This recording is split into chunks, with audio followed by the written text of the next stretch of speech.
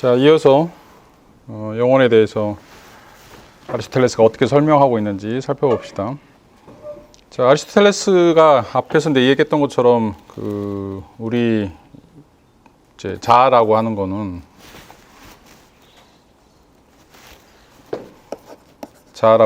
이제 물리적인 요소를 하고 그다음에 이제 정신적인 요소가 있다라고 이야기를 하고 있어요. 이제 물리적인 요소는 이제 계속해서 이제 우리가 전문적인 용어로는 진료라고 표현하고 있고 정신적인 요소는 이제 형상이라고 표현하고 있는 요소들이죠. 자, 이것들이 이제 결합이 되는데 이제 이 결합시키는 뭔가 필요한 거죠. 이걸 이제 우리가 이제 완성태라고 하는 것이 필요한데 이 완성태는 바로 이제 신이라고 하는 거다. 부동의 운동자이다라고 이야기를 할 수가 있어요. 뭐 이걸 이제 우리가 굳이 이제 현대 물리학적으로 이야기하면 뭐 이것이 이제 뭐 구성 뭐 법칙이라든지 아니면 뭐 패턴이라든지 뭐 정보라든지 뭐 이런 어떤 요소들 형식이라든지 이런 것들이라고 이제 이야기를 할 수가 있어요. 이제 말만 이제 신이라고 사용하고 있지. 그래서 이제 우리가 철학적 신학이라고 이야기한 거예요. 이제 뭐 종교에서 이야기하는 그런 종교적인 신학과는 조금 다른 형태다. 왜냐하면 이제 아리스토텔레스는 이제 운동을 설명하기 위해서 또 자아를 설명하기 위해서 운동에 포함되는 게 바로 이제 자아라고 하는 것도 포함이 되어 있는 거죠. 왜냐하면 이제 인간도 계속해서 변해가고 있어요. 인간이 고정되어 있는 뭐 XY, 뭐 XX 이거는 있긴 하지만 이것들이 이제 환경이라고 하는 그 밖의 것들과 어떻게 이제 연결이 되느냐에 따라서 계속해서 나는 이제 변해가고 있죠. 나의 어릴 때 뭐 나의 어떤 청년, 장년 시절 또 죽기의 모습, 이 모습들이 계속 나의 어떤 흐름들로 우리가 이야기할 수 있는데 이걸 이제 휴먼 경험의 다발이라고 이야기해요. 경험의 다발. 인간은 이제 이렇게 쭉 펼쳐놓으면 이 경험의 다발처럼 어릴 때부터 태어나서 죽을 때까지 이 경험들이 어떻게 이제 줄기 치면서 나가는지 어떻게 보면 이제 그 파동의 형태라고 이제 이야기를 할 수가 있죠. 근데 이제 이 파동이 그렇게 맘대로 치는 게 아니라 아리스토텔레스에 따르면 이 완성태라고 하는 또 외적인 어떤 힘에 의해서 이것들이 일정한 패턴을 가지고서 또 다양한 패턴이긴 하지만 그것들이 어느 하나의 어떤 그 조직 또는 큰 우주 또는 자연 이런 테두리 안에서 이루어진다라고 이제 이야기를 할 수가 있어요. 그래서 이제 아리스토텔레스는 영혼론에서 이제 이렇게 영혼을 규정하고 있죠. 인간의 영혼이라고 하는 것은 생명을 가지고 있는 자연물인데, 근데 그것은 이제 제일 현실태다. 첫 번째 현실태다라고 이제 이야기를 할 수가 있어요. 여기서 현실태는 이제 이 정신적인 걸 의미해요. 완성태는 이제 신을 의미하고 있고. 이거는 이제 생명이라고 하는 자연물, 이게 1차적인 것은 이제 진료를 가리키고 있고 또 현실태라고 하는 이제 형상을 가리고 있고 이 두 가지 요소, A와 B의 요소가 합해진 게 바로 이제 영혼이다라고 이야기를 할 수가 있어요. 자, 눈이라고 하는 게 이제 생명이라면 영혼은 이제 시각이다라고 이야기를 할 수가 있죠. 눈은 이제 물리적인 요소니까 망막도 있어야 되고 또 이제 뇌와 연관되어 있는 신경 계통에도 속해야 되고 뭐 이런 의미에서 이제 물리적인 요소인데 근데 이제 눈이 갖고 있는 이제 그 현실태는 보는 거죠. 볼 수 있는 능력. 이걸 우리가 이제 시각, 영어로 이제 비전이라고 이야기를 할 수가 있어요. 귀는 이제 청각이라고 하는 거를 가지고 있고 또 이제 우리 손이나 발 같은 거는 이제 촉각이라고 하는 그런 어떤 능력들을 가지고 이건 이제 능력이라고 하는 거죠. 능력들을 가지고 있다. 근데 이제 눈이 있다고 해서 시각이 생기는 거 아니죠. 왜냐하면 예를 들어서 뭐 그림에 그려진 눈이라든지 아니면 이제 죽은 사람의 눈이라든지 생물학적으로 똑같죠. 근데 시각은 없죠. 바라보는 능력이 없죠. 이제 바라보는 능력이 오려면 뭔가 좀 다른 형태의 요소들이 이제 필요하죠. 그냥 엊그저께 범죄도시 그 2를 봤는데 너무 막 살벌하게 막 손 자르고 발 자르고 목 자르고 막 이런 거. 근데 마동석은 별로 연기를 굉장히 잘한다는 생각은 좀 안 들었는데 그 누구죠? 두 번째 손석구인가? 손석구 누군지 알아요? 여러분 텔레비 안 보나? 영화 안 보나? 손석구 되게 연기를 잘하더라고요. 짜릿하게. 근데 이제 그 연기를 할 때도 마찬가지죠. 누구나 다 이제 개발세발 다 하는데 정말 잘하는 애들이 있어요. 춤도 정말 잘 추는 애들이 있고 요리도 정말 잘하는 애들이 있죠. 똑같이 시작하는데 그게 이제 뭐냐? 그거 손이 있으니까 요리하고 손이 있으니까 춤추고 뭐 손이 있으니까 사람 죽이고 이것도 아니잖아요. 뭔가 이제 거기에 플러스 알파가 필요한 건데 그거를 아리스토텔레스는 이제 영혼이라고 부르고 있다라고 하는 거죠. 그리고 이제 아리스토텔레스의 전문 용어는 이제 현실태다라고 하는 거고, 그 현실태는 그것을 조종하고 있는 완성태, 신과 연관이 되어 있다. 이것을 이제 반영하는 어떤 거울이라고 이제 이야기를 할 수 있죠. 그래서 이제 아리스토텔레스는 앞에서 얘기했던 것처럼 피타고라스 학파가 이야기하는 영혼 윤회설, 이건 이제 불교에서 이야기하는 거죠. 영혼 윤회설. 자, 영혼이 한 신체에서 다른 신체로 분리되어 떠돌아다니다가 또 다른 신체로 들어간다. 뭐 이런 어떤 영혼은 아니다.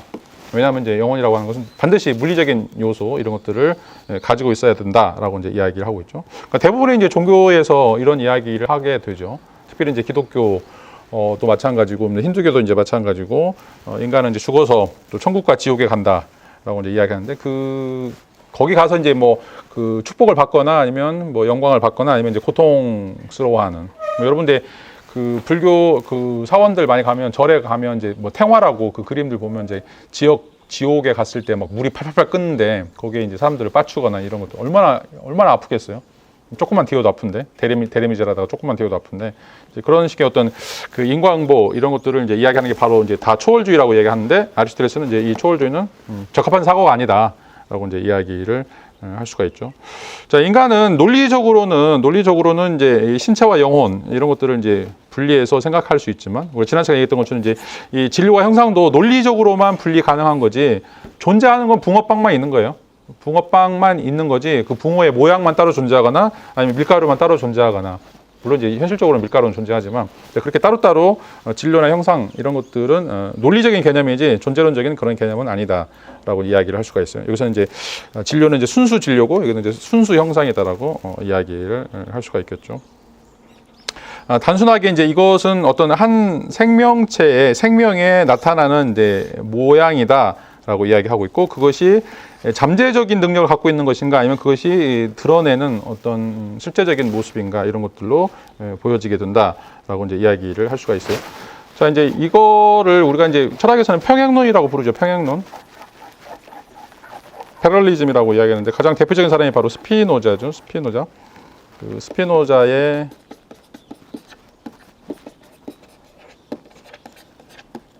평행론이라고 하는 거예요. 그러니까 정신과 실체라고 하는 것은 한 대상에 드러나는 모습이다라고 이제 이야기하고 있어요. 이제 스피노자가 들고 있는 예를 중에 하나는 이제 한 사람이 골목을 걸어가는데 골목 옆에 이 거울들이 있어요. 거울들이 있는데 그러면 이제 이 사람의 좌측에서는 좌측 모습이 보일 거고 우측에서는 우측 모습만 보일 거죠.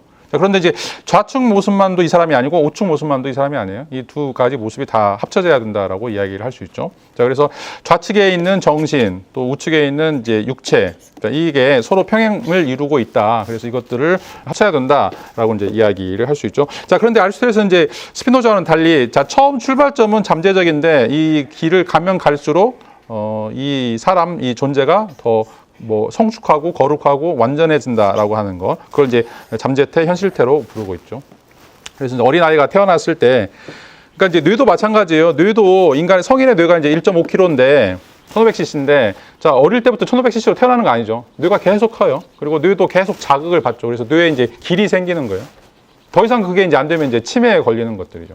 자, 그래서 여러분들 치매 안 걸리려면 계속 뭔가를 계속 공부해야 돼요. 그러니까 하루 종일 아무것도 안 하고 그냥 나뭇잎이나 세고 풀이나 뽑고 이러면 치매 걸릴 확률이 되게 높죠. 그러니까 여러분들이 치매를 안 걸리려면 뭐든지 하여튼 책이든지 뭐 영화든지 뇌에 자극을 좀 줘야 돼요. 뇌에 자극. 자, 그래서 치매 제일 많이 안 걸리는 사람 중에 하나가 그 영국의 택시기사들 런던 시내를 주파하기 위해서 그 도로 이게 주파하는 게 15만 건인가? 이걸 이제 전부 다 테스트한다는 거예요. 무작위로. 믿거나 말거나 하지만. 그러면 이제 머리가 빠개지겠죠. 하여튼 뭐 어떤 형태든지 간에 뇌는 쓰면 쓸수록 는다. 이게 바로 이제 안 쓰면 잠재태인데 쓰면 현실태로 가는 거라고 이야기를 할 수가 있어요. 뭐 여담이지만 누가 수학을 잘하는지 아세요, 여러분? 누가 수학을 잘하는지? 수학 잘하는 사람 누구일 것 같아요? 머리 좋은 사람? 잘 모르겠어요. 내가 이제 엊그저께 틱톡 보다가 이제 그런 이야기가 나왔는데 보통 여러분 이제 수학 잘하면 뭐 유명한 수학자들 그러면 뭐 다 뭐 라이프니츠도 그렇고 데카르트도 다 천재들이라고 이제 생각하죠. 근데 천재들도 이제 잘하는데 그런 사람도 끽하고 쓰러질 때가 많이 있어요. 모든 천재들이 다 수학을 하는 건 아니라는 거예요. 그러면 이제 어떤 사람이 이제 수학을 잘하냐고 물어보니까 용기가 있는 사람이라고 이야기해요. 용기.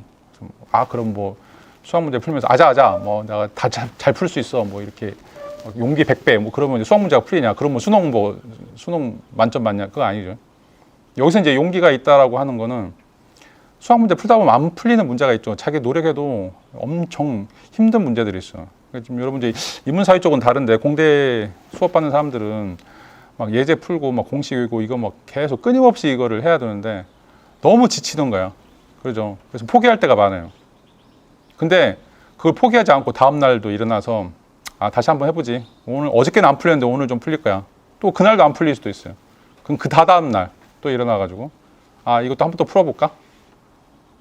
또 안 풀릴 수도 있어요. 뭐 그게 일주일 갈 수도 있고 뭐 몇 년 갈 수도 있죠. 지금 뭐 수학자들이 뭐 몇백 년에 뭐 안 풀리는 문제를 풀었다 이런 것들이 나오죠. 하루 종일뿐만 아니라 자 몇 년, 몇십 년 수학자들이 그걸 붙잡고 있는 거예요. 이제 그게 용기라는 거죠. 여러분들 뭐 영어 공부할 때도 많이 생각할 거예요. 뭐 처음 지문 보면 사전 다 찾아야 돼. 처음부터 끝까지. 뭐 사전 막 찢어버리고 싶겠죠. 제가 이제 유학할 때 저는 이제 그리스에서 유학을 했었는데 수업을 들어가는데 아무것도 못 알아듣는 거야. 나름 그래도 좀 공부를 하고 들어가는데 교수님이 이야기하시는데 전혀 알아들을 수 없어. 무슨 말인지 단어 옆에서 막 웃고 그러면 나 미쳐버려. 나는 못 알아듣는데 옆에서 그러면 이제 바보 취급받는 거죠. 또 여러분 이제 뭐 외국 친구들 만나서 이야기하다 보면 조금만 말을 버벅거리면 아 얘는 말 못하는구나 하고 바보 취급해요. 거의 뭐 초등학생 취급을 해버려요.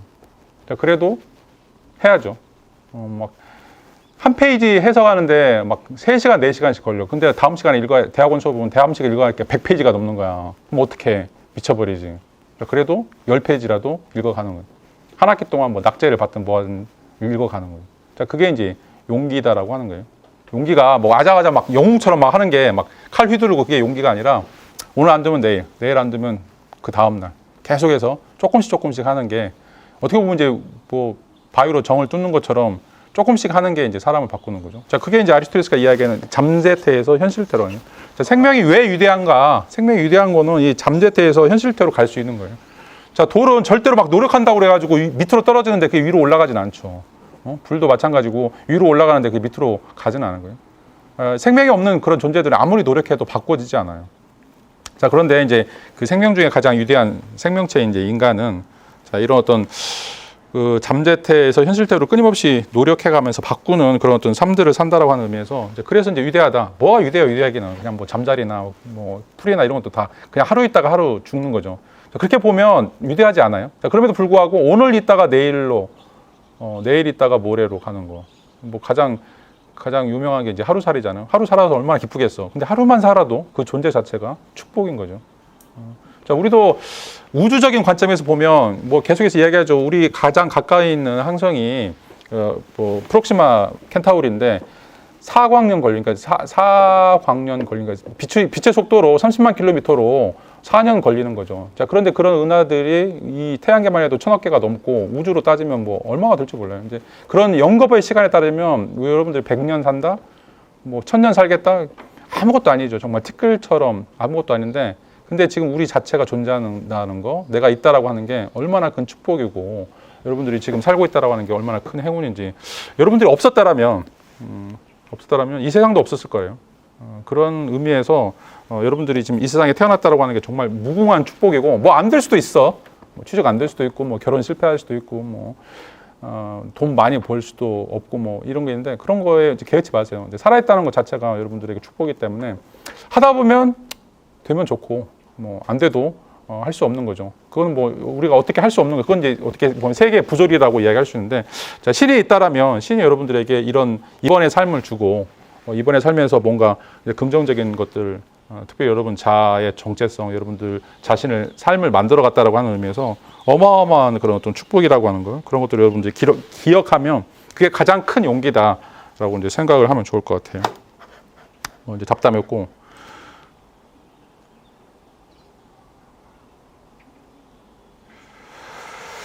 자, 그러면 이제 그 영혼이 갖고 있는 능력들이 어떤 것인가? 영혼은 이제 다양한 형태의 능력들을 가지고 있어요.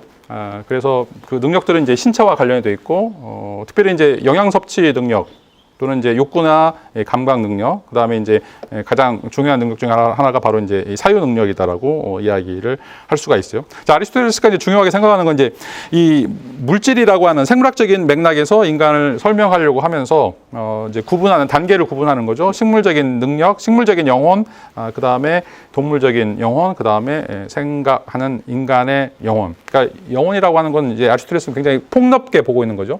보통 이제 그리스도교 이후에는 영혼이라고 하는 게 인간에게만 이제 국한된 거로 보고 있는데 아리스토텔레스는 이제 모든 존재자들, 특별히 생물과 관련해서 이런 어떤 특이한 능력들을 갖고 있는 것을 영혼으로 보고 있다라고 이제 이야기를 할 수가 있어요. 자, 그 능력 중에 이제 바로 중요한 것이 바로 이제 이 감각 작용이죠. 이 감각 작용이라고 하는 것은 우리가 갖고 있는 눈, 코, 입, 여섯 지각을 통해서 세계를 이해하는, 자, 그것을 이제 받아들이는 작용이라고 이야기할 수가 있어요. 자, 받아들이는데 그 받아들이는 것은 진료를 받아들이는 것이 아니라 우리가 이제 그것의 형상들을 받아들인다라고 이야기할 수 있어요. 예를 들어서 우리가 책상을 본다 할 때 이 책상이 우리 눈 속으로 들어오는 게 아니죠. 책상의 모양이 들어오는 거예요. 꼴이 들어오는 거니까 진료가 아니라 형상이다라고 이야기를 할 수가 있어요. 그래서 되게 이제 희한한 게 여러분 책상도 보면 그 사각형 뭐 책도 마찬가지인데 근데 우리 실제로 망막에는 마른 목골로 잡혀요. 망막에 카메라로 찍어보면 근데 우리는 그걸 정사각형이다 직사각형이다 인식하는 거죠. 자, 여기서도 한 단계 도약이 이루어지는 거예요. 그러니까 어떻게 보면 이제 보정이 이루어지는 거죠. 자동으로 뽀샵이 이루어지는 거예요. 우리가 보고 있는 감각지각에서 들어오는 그걸 우리가 이제 인상이라고 하죠. 인상, 우리가 인프레션이라고 이제 이야기하는데, 자, 우리가 이제 어떤 사물을 볼 때 빛이 이거를 때려가지고 다시 우리 눈에 이제 들어오게 되는 거예요. 그래서 이제 우리 눈에 이제 여기 어떤 형상들이 이제 맞춰지게 되는데, 자, 이게 사물이 갖고 있는 원래적인 형태로 이렇게 들어오는 게 아니다라고 하는 거죠. 여기에 뭔가 해석이 들어오고, 뭔가 그 변조나 어떤 편집들이 이제 이루어진다라고도 이야기를 할 수가 있어요. 그래서 이제 단순하게 우리가 감각만 가지고는 세계를 분명하게 이해할 수 없다라고 하는 거죠. 가장 대표적인 게 바로 꿈이죠. 꿈속에 나비가 나오는데 이게 나의 꿈속에 나오는 나비인지 아니면 나비 꿈속에 나오는 나인지 알 수가 없는 거죠. 실제로 이제 이 꿈이라고 하는 게 너무 이제 생생할 경험이 있기 때문에 이 감각 경험만 가지고는 세계를 이해할 수 없다라고 하는 것을 우리가 이제 알 수가 있고.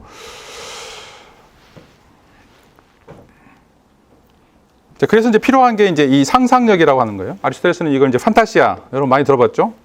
이미지네이션이라고 이야기를 하는데, 자, 이걸 우리가 이제 어떤 걸 보고서, 그러니까 대상이라고 하는 것을 보고서 우리 머릿속에 X라고 하는 걸 떠올리는 것을 상상력이라고 얘기해요. 이걸 이제 뭐 어려운 말은 구상력 이야기하는데, 이제 이 코끼리 상자를 써가지고 그 모양을 만들어낸다라고 하는 게 바로 이제 구상력이다라고 이야기를 하고 있어요. 근데 이제 이 실제 대상하고 이 구상력으로서 만들어진 대상은 반드시 일치하지가 않아요. 아까도 얘기했죠. 여기서 실제 대상은 마른 목골로 보이고, 근데 우리에게는 직사각형으로 보이고, 이런 어떤 차이들이 이제 있다라고 이야기를 할 수가 있어요. 지금 이제 인공지능이 굉장히 많이 발달해 와 가고 있는데, 지금 못하고 있는 게 지금 인간이 갖고 있는 상상력, 뭔가 이제 본 것 이상의 것을 만들어내는, 이렇게 말하는, 이걸 이제 우리가 나레티브라고 이야기하는데, 그러니까 이 구라를 치는 능력, 이게 지금 상상력인 거예요. 자, 인간은 절대로 죽어본 적이 없어요. 죽음, 아까 뭐 인사체험도 있긴 한데 죽어본 적이 없는데 죽음에 대해서 이야기를 하는 거죠, 지금. 죽음에 대해서. 자, 우리가 이제 낭만주의 이야기했었는데 낭만주의를 로만티시즘이라고 얘기해요. 근데 여기서 이제 로마라고 하는 말이 원래는 소설이라고 하는 말이에요. 로만티시즘은 소설을 쓸 수 있는 능력이에요. 전문 용어로는 구라치는 능력이죠. 자, 뭔가 자기가 본 거 이상을 말하고 표현하고 그것들을 나타내는 거. 가장 대표적인 게 바로 이제 예술이나 종교 또는 이제 철학도 이제 그 분야라고 생각할 수 있는데, 자, 이게 이 상상력, 판타시아라고 하는 것에 의해서만 가능한 거죠. 그래서 이제 그리스 말로 이제 환타조마이라고 하는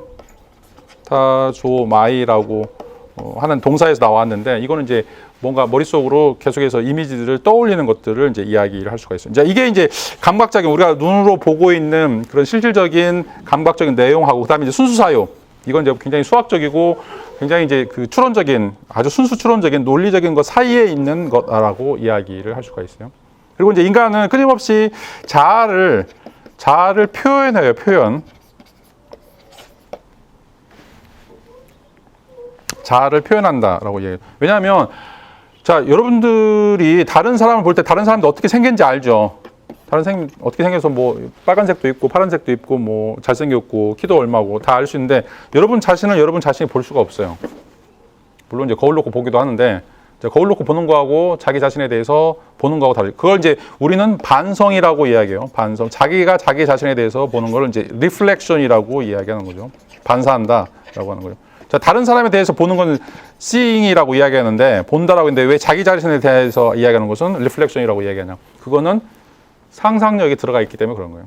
나 자신이 어떤 생각을 하고 어떤 느낌을 가지고 있고, 근데 이건 굉장히 또 은밀하죠. 아무도 몰라요. 내가 생각하는 거, 내가 뭐 머릿속으로 엄청나게 생각하는 거 이런 것들을 아무도 알 수 없는 것이고, 이게 또 시간도 굉장히 무한하다라고 이야기를 할 수가 있어요. 이런 능력이 바로 이제 상상력이다라고 이야기를 할 수가 있는데, 자, 그 다음에 이제 아리스토텔레스는 이것이 이제 어떻게 작용하는가, 그것이 작용하기 위해서는 이제 이성과 지성이라고 하는 것이 필요하다라고 이제 이야기를 하고 있어요.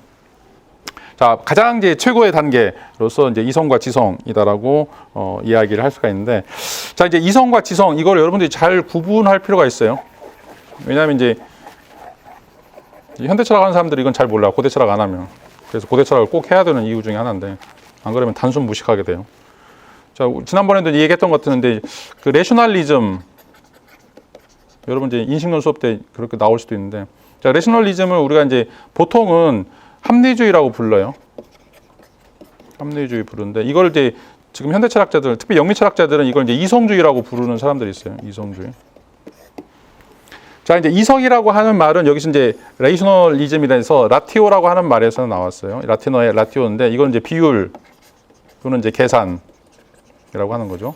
자, 뭔가를 계산해서 측정하고 그것들을 표준화시키고 정량화시키는 이런 어떤 작업을 이성적인 활동이라고 얘기해요. 이건 앞에서도 얘기했던 것처럼 양적 과학이라고 하는 거죠. 그래서 X와 Y가 어떻게 이동했냐 이것만 딱 계산해가지고 표현하는 것이 바로 이성주의라고 이야기를 할 수가 있어요.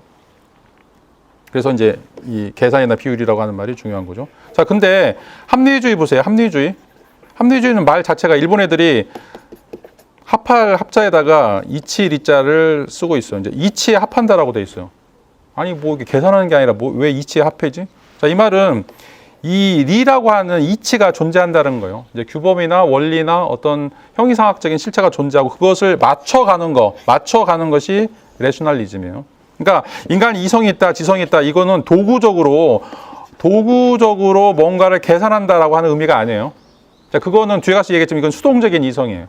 그러니까 인간이 뭔가 예측하거나 과학적인 계산 뭐 이런 것을 하는 것을 의미도 할 수 있는데, 그것보다는 여기서 이야기하는 이성과 지성이라고 하는 것은, 자, 우주의 원리, 형이상학적인 원리를 발견하고 그것을 따라가는 것, 그것에 자기 자신을 일치하는 것을 합리주의다라고 이야기한다라고 이제 이야기를 할 수가 있어요. 그래서 이제 뭐 지난번에도 얘기했던 것처럼 우리가 이제 의식 또 양심 똑같은 단어에서 나왔는데 그게 consciousness라고 하는 거예요. consciousness. 근데 이건 이제 쿰이라고 하는 라틴어하고 그다음에 스키오라고 하는 라틴어하고 붙어진 건데, 스키오는 알다라고 하는 말이고 쿰은 이제 뭐뭐과 함께인데, 뭐과 함께냐면 신과 함께예요. 영화 제목 같은데. 그래서 나의 양심이나 나의 의식 이거 똑같은 어근을 갖고 있는데, 나의 양심은 뭐냐? 신과 함께 아는 거죠. 나의 의식이 뭐냐? 신과 함께 알아가는 거예요. 그러니까 내가 단독적으로 뭔가를 알아가고 파악하는 것이 아니라 뭔가 이 철학적인 신, 형이상학적인 그런 원리에 내가 부합하게 됐을 때 세계를 알 수 있다. 세계를 우리가 포용할 수 있다라고 하는 거예요. 이건 앞에서도 얘기했던 것처럼 인간에게는 원저가 있기 때문에 인간이 갖고 있는 그 지식의 한계들을 분명히 보여주고 있는 거죠. 인간이 아무리 알려고 노력한다고 하더라도 인간에게는 그 감각지각 자체가 딱 막혀 있기 때문에 우리 자체가 이제 스캐너가 아닌 거죠. 그렇기 때문에 이것들은 모르겠어요. 이제 뭐 과학이 굉장히 진보하게 되면 우리 자체가 뭐 우주에 대해서 알 수도 있을 것처럼 보이는데, 실제로는 그게 힘들죠. 실제로는 지금 우주가 어떻게 생긴지도 몰라요. 시간과 공간 개념도 우리가 굉장히 왜곡되어 있고. 자, 그렇게 이제 우리에게 부여하는 그런 어떤 능력이 바로 이제 이성과 감성이다. 그래서 이제 보통 이성이라고보다 이제 지성이라고 이제 이야기를 하죠. 그래서 영어로 이제 인텔렉트라고 이야기하는데, 인텔렉트라고 하는 말은 이제 라틴어로 인텔레고라고 하는 말인데, 자, 이건 이제 이해한다는 말이에요. 지성이라고 하는 건 이해한다. 자, 신이 만들어 놓은, 조물주가 만들어 놓은 우주 원리가 어떻게 되어 있는지 내가 이해한다라고 하는 거지, 막 그거를 내가 막 계산하거나 조작하거나 이런 의미가 아니에요. 자, 이게 이제 고대의 우리의 어떤 개념이고, 이게 이제 신적인 요소라고 생각을 하는 거죠. 자, 그러면 이제 그건 어떻게 하느냐. 이제 가장 중요한 게 이제 추상작용이에요. 우리가 이제 보통 영어로 이제 abstraction이라고 이제 얘기하죠. 자, abstraction은 이제 그 말 자체로 ab이라고 하는 말은 뭐뭐로부터라고 하는 말이죠. 그리고 이제 스트라토라고 하는 말은 끄집어내다, 드로우한다라고 하는 말이에요. 뭐뭐로부터 끄집어낸다라고 이야기하고 있고, 그리스 말도 이제 아페레시스라고 이야기하는데, 자, 이거는 이제 이것도 다시 다 끄집어낸다라고 하는 말이에요. 그러니까 인식 대상으로부터 뭔가 필요한 요소들을 다 제거시키고 뭔가 필요한 그 에센스라고 하는 그 본질만을 끌어내는 거, 이걸 우리가 이제 추상작용이다라고 이야기를 할 수 있죠. 가장 대표적인 게 바로 이제 수학 같은 거죠. 뭐 물 한 방울, 사과 하나, 그다음에 뭐 나무 한 그루, 이걸 다 숫자 1이라고 우리가 파악하는 게 바로 이제 추상작용이다라고 이야기를 할 수가 있어요. 왜 이게 중요하냐면, 우리가 이제 철수, 영희 이런 것들을 이제 지각하지만, 인간하고 동물하고 차이점은 이 인간이라고 하는 추상적인 것을 동물들은 파악하지 못한다라고 하는 거죠. 인간성. 이제 인간은 이제 아무리 뭐 금시산자라고 하더라도 조금만 이제 그 지능 지수가 이제 높아지게 되면 이런 어떤 개념들, 추상적인 그런 어떤 개념들을 이제 이해해야만 하죠. 그래야 이제 사회생활을 이제 할 수가 있으니까.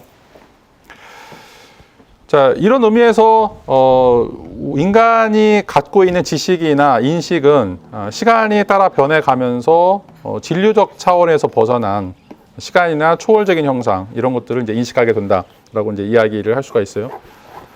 자, 헤라클레이토스는 계속해서 이제 이야기하지만 어느 누구도 두 번 다시 똑같은 강에 들어갈 수 없다라고 얘기해요. 왜냐하면 들어간 사람도 바뀌고 강물도 바뀌기 때문에 그렇다라고 얘기하는데, 근데 추상작용이 닿으면 바뀌지 않은 거죠. 인간이 들어갔고 강이라고 하는 게 여전히 존재하는 거죠. 그래서 인간과 강이라고 하는 것은 이 추상체로서 이제 남아 있는데, 이런 것을 우리가 알고 있어야만 세계를 설명할 때, 자, 이러이러한 어떤 두 가지 개념으로서 본질들을 설명할 수 있는 것들이죠. 이게 이제 바로 이성의 추상작용이라고 이야기를 할 수가 있어요.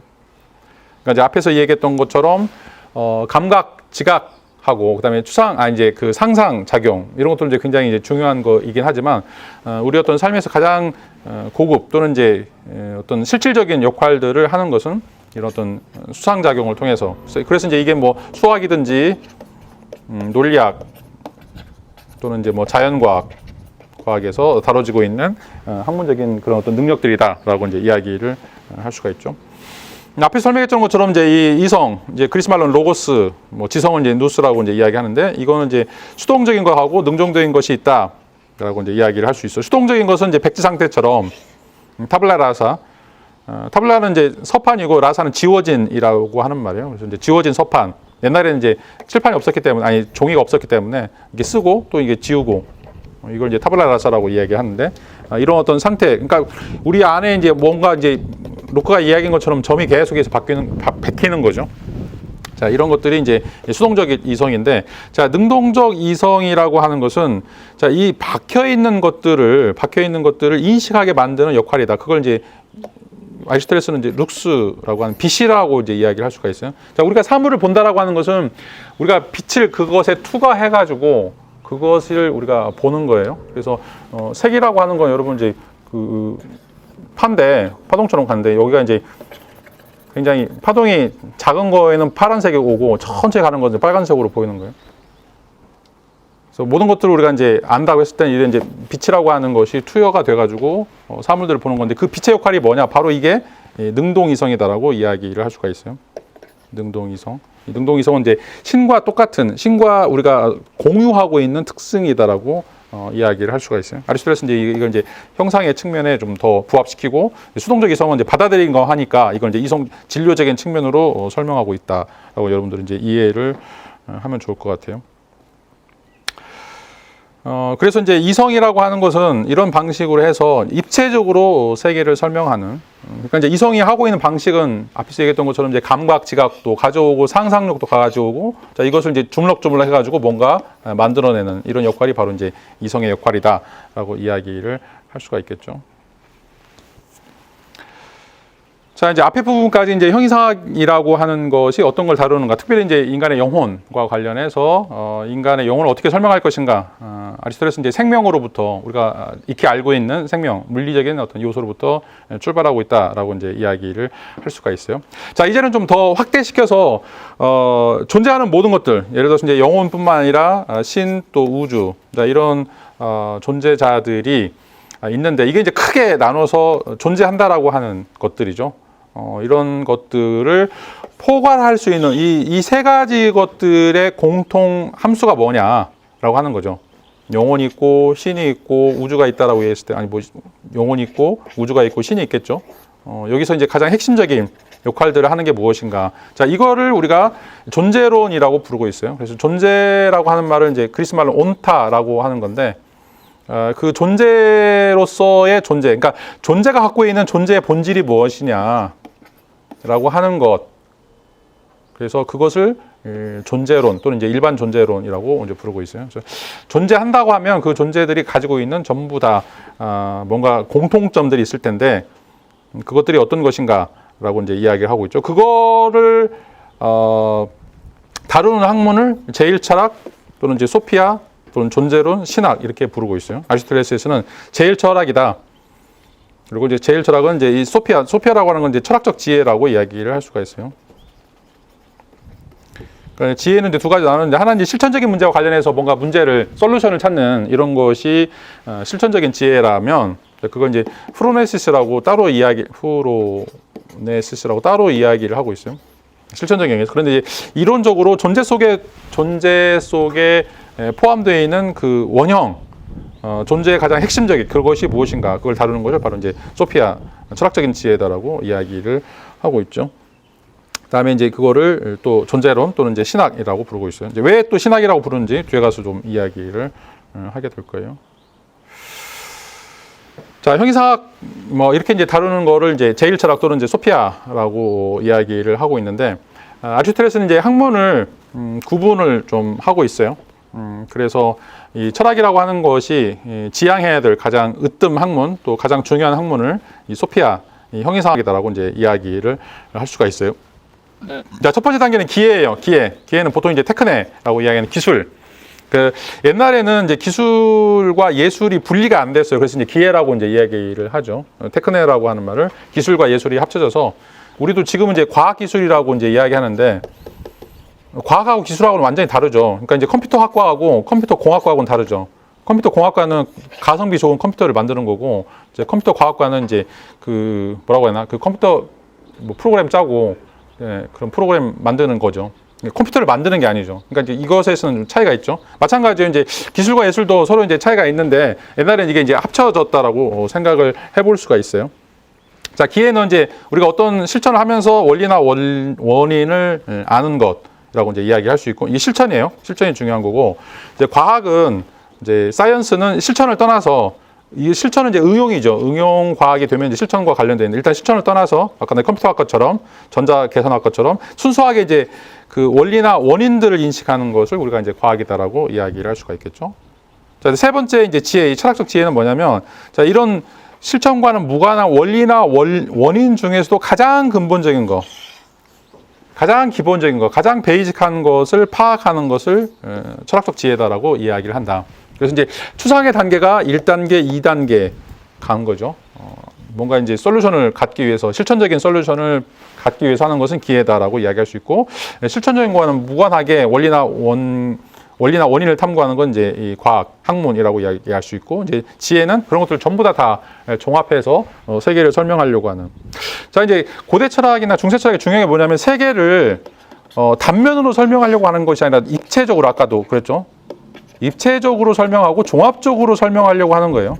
종합적으로. 그러니까 이제 물리학은 그 물질적인 거, 화학은 이제 화학 원소만, 또는 이제 생물학은 생물적인 요소만, 뭐 이렇게 이제 따로따로 구분하는 것이 아니라 물리와 화학과 자연과학 전체를 통합해서, 또는 거기다가 이제 인문과학까지 합쳐가지고 아까 얘기했던 그 로만티시즘처럼 그런 것들을 포함해서 세계를 통합적으로 보려고 하는 그런 시도가 바로 이제 이 최고의 지혜다, 소피아다라고 이제 이야기를 할 수가 있어요. 그렇지 않으면 우리가 이제 잘 아는 것처럼 이제 장님이 코끼리 만지는 것처럼 뭐 앞다리 닿고 이게 이제 코끼리다, 코 잡고 이제 코끼리다라고 이제 이야기하는 거죠. 그래서 지금 쌈나는 게 지금 물리학자들하고 생물학자들하고 쌈나는 거죠. 그 존재를 어떤 걸로 규정해야 될 거냐, 소립자로 규정해야 될 것이냐, 아니면 생명체로부터 규정해야 될 것이냐라고 이제 이야기를 하는데, 자 이제 이게 어마어마한 창발성이 있기 때문에 과연 이제 원자가 몇 개 모여야 토끼가 되고, 이거 구분하기가 좀 애매한 거죠. 자, 그런데 그렇게 보지 말고 아리스토텔레스는 이걸 이제 입체적으로 모든 것들을 이제 보자라고 하는 이제 설명들이 있죠. 이제 왜 그러냐? 왜냐하면 이제 마지막인데 우리가 지고선, 항상 이게 학문이라고 하는 건 도덕과 관련이 돼 있어요. 도덕. 뒤에 가서도 이제 이야기하겠지만 이 도덕 어떻게 보면 이제 아름다움 또 이제 선 이런 것들을 추구하는 게 지식의 어떤 목적이다라고 이야기를 할 수가 있어요. 지혜의 목적도 이제 마찬가지고.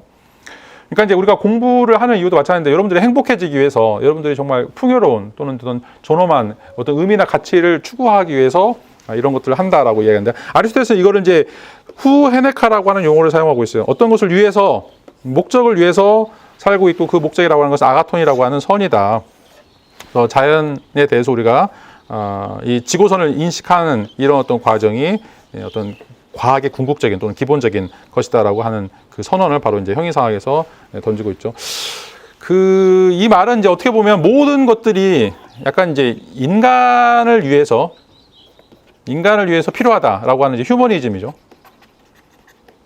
자, 우리가 보통 이제 인본주의라고 이제 이야기를 할 수 있는데, 인간이 어떤 참된 삶 또는 이제 좋은 삶, 행복한 삶 또는 위대한 삶, 또 인간의 존엄을 지키기 위해서 인간이 하는 그런 어떤 모든 활동들이 다 인간으로 다시 환원돼야 된다라고 하는 게 바로 이제 휴머니즘이다라고 이야기를 할 수가 있어요. 그래서 왜 이제 그리스 로마가 중요한가?